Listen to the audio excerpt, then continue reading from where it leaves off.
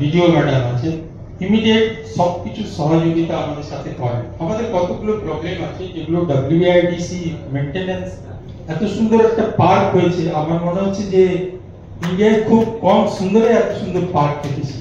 আরেকটা যিনি আগে বললেন যে আমরা এখানে সবাই খালি স্টিল, অনলি স্টিল, কিন্তু কেউ যদি পারাগন ইন্ডাস্ট্রিয়াল পার্কে যান সেখানে দেখবেন মানে পৃথিবীর বিখ্যাত কিছু কিছু ইন্ডাস্ট্রি গড়ে উঠেছে। Polymer 10 companies, they were all manufacturing. Tata Steel ছিল নাম্বার 1, আজকে টাটা স্টিল নাম্বার 20 তে নাই। আজকের দিন যদি আমরা দেখি top 10 companies in India, there is only one manufacturing company, that is Reliance. Only one manufacturing in top 10. 1990 তে all top 10 were manufacturing. আজকে যদি আমি দেখি আমাদের আজকের দিন যদি আমি সরকারি কোম্পানি দেখি টপ 10 এ একটাও ম্যানুফ্যাকচারিং তো নাই, শুধু দুটো কোম্পানি আছে সরকারি, যেটা একটা আছে এলআইসি আর একটা হচ্ছে স্টেট ব্যাংক অফ ইন্ডিয়া। এই জিনিসটা পুরো বিশ্বে হয়েছে।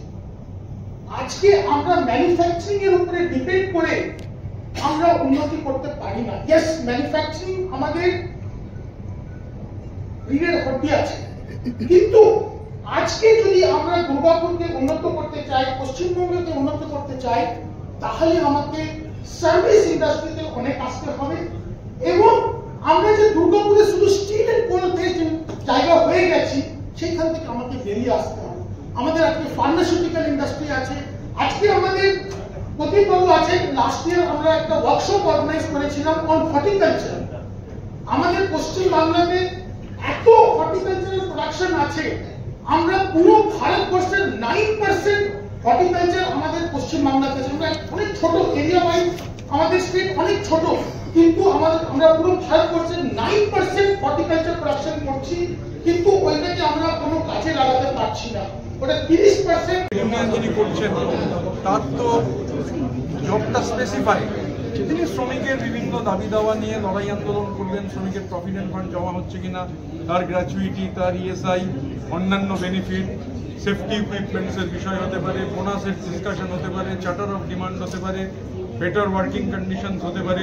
কেন্দ্রীয় সরকার, বিজেপি সরকার 8 ঘন্টাটাকে 12 ঘন্টা করে দেওয়ার যে জন্য বিল এনেছে, মমতা বন্দ্যোপাধ্যায় তার বিরোধিতা করছেন, তার প্রচার হতে পারে। মানে আমি আমার ট্রেড ইউনিয়নের কথা বলছি, এটা ট্রেড ইউনিয়নের কাজ, স্পেসিফাইড কাজ।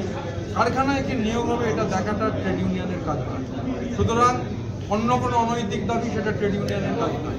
আর message is very loud and clear. কেউ যদি এটা করতে চান তাহলে তাকে আর তার যে কারণে গোটা রাজ্য এবং মাননীয় মুখ্যমন্ত্রী বারবার এই কথাটা বলছেন যে ট্রেড ইউনিয়ন তার স্পেসিফিক এরিয়ার মধ্যে থাকবে। আমরাও বারবার বলছি যে আমরা যে কারণে এটা ক্লিয়ারলি আজকে এখানে যেহেতু সুযোগ হলো সিনার্জির মিটিং এবং আমার এখানে আমন্ত্রণ জানানো হয়েছিল, এখানে ক্যাটাগরিক্যালি আমাদের যেটা বক্তব্য, আমরা যেটা চাইছি যে শ্রমিকের মাননীয় মুখ্যমন্ত্রীর যে কথা, শিল্প বান্ধব এবং শ্রমিক বান্ধব পরিবেশ, তাতে প্রয়োজনে 10 বার, 15 বার, 20 বার আলোচনা হবে, কিন্তু কোনো ধরনের ডিস্টারবেন্স নয়, কারখানায় প্রোডাকশন স্লো ডাউন করে দেওয়া নয়, অন্য ধরনের বিশৃঙ্খলা সৃষ্টি করা নয়।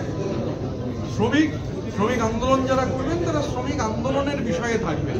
মানে শ্রমিক আন্দোলন করতে গিয়ে শুধু ট্রেডে জড়িয়ে পড়লে হবে না, ট্রেড ইউনিয়ন করুন, সমস্যা নেই। ট্রেড ইউনিয়ন করতে গিয়ে ট্রেডের মধ্যে ঢুকে গেলে সমস্যা আছে। যিনি বা যারা ঢুকে যাবেন তাদের জন্য শুভেচ্ছা থাকবে, কিন্তু আইএনটিটিউসের প্ল্যাটফর্ম থাকবে। বারবার আপনি নতুন কমিটি তৈরি করে দিয়েছেন, আমরা বক্তব্য উঠে এলো আপনাকেও হেনস্থা করার একটা বিষয়।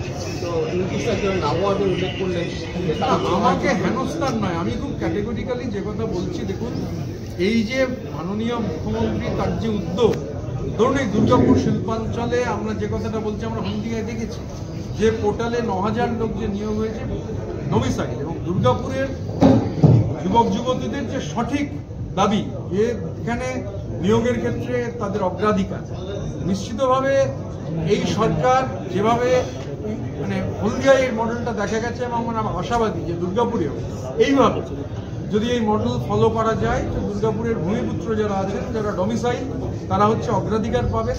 সেটা একটা অন্যতম বড় মানে অগ্রাধিকার। এবং মাননীয় মন্ত্রী যিনি দুর্গাপুরের এমএলএও বটে, তিনিও এই কথা বলেছেন। নরেন্দ্রনাথ চক্রবর্তী, তিনি আমাদের রাজ্যের শ্রমিক নেতার সাথে সাথে এই জেলার আমাদের পার্টির সভাপতি এবং পাণ্ডবেশ্বরের জনপ্রিয় বিধায়ক, তিনিও বলেছেন।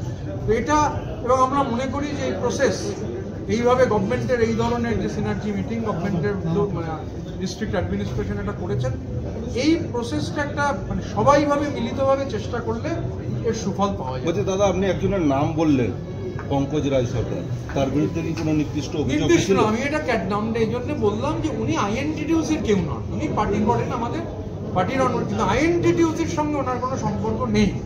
অনেকে আমায় বলেছেন, আমি সেই কারণে এখানে যেহেতু সবাই আছেন আমি ক্লারিফাই করে দিলাম এই যে মানে উনি তো আইএনটিটিউসির সঙ্গে যুক্ত নন। এবং এটাও ধরুন এই যে এই 12 জন, যে 12 জনের নাম ঘোষণা হয়েছে আমাকে নিয়ে, আপাতত দুর্গাপুরের ক্ষেত্রে আনটিল ফার্দার অ্যানাউন্সমেন্ট, আমরা কমিটি এক্সপ্যান্ড করার আগে অবধি এই 12 জনই আপাতত আইএনটিটিউসির কাজকর্ম দেখবেন। এবং এটা আমি আবার বলছি, আমি যাতে পাবলিকলি বলেছি যে এদের মধ্যে কেউ আমাকে বাদ দিয়ে যদি কোনো নিয়োগের দাবি করেন, অনৈতিক দাবি করেন, আমাকে জানান, জেলা প্রশাসনকে জানান। এমনকি আমিও যদি কোনো কারখানাকে বলি যে নিয়োগ করতে হবে, আমার 5টা নাম আছে, অন্য কোনো অনৈতিক দাবি করি, স্ট্রেট আমার নামে ডিএম এবং সিপি সাহেবকে কমপ্লেন করব। গ্রাফাইটের নাম কেন আসছে?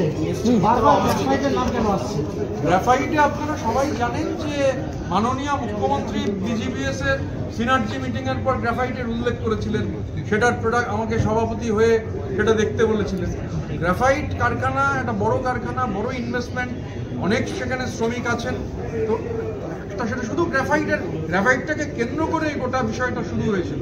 আমরা এই কথাটা বলতে চাইছি যে ট্রেড ইউনিয়ন, ওই যে বললাম যে গো স্লো, মানে মুখ্যমন্ত্রী স্ট্রাইক অ্যালাউ করবেন না, মুখ্যমন্ত্রী রেগে যেতে পারেন, কোনো ব্যবস্থা হতে পারে, নতুন পদ্ধতি গো স্লো, এটাও অ্যালাউড নয়। যিনি গো স্লো করবেন তার দায়িত্ব দুটোই তার।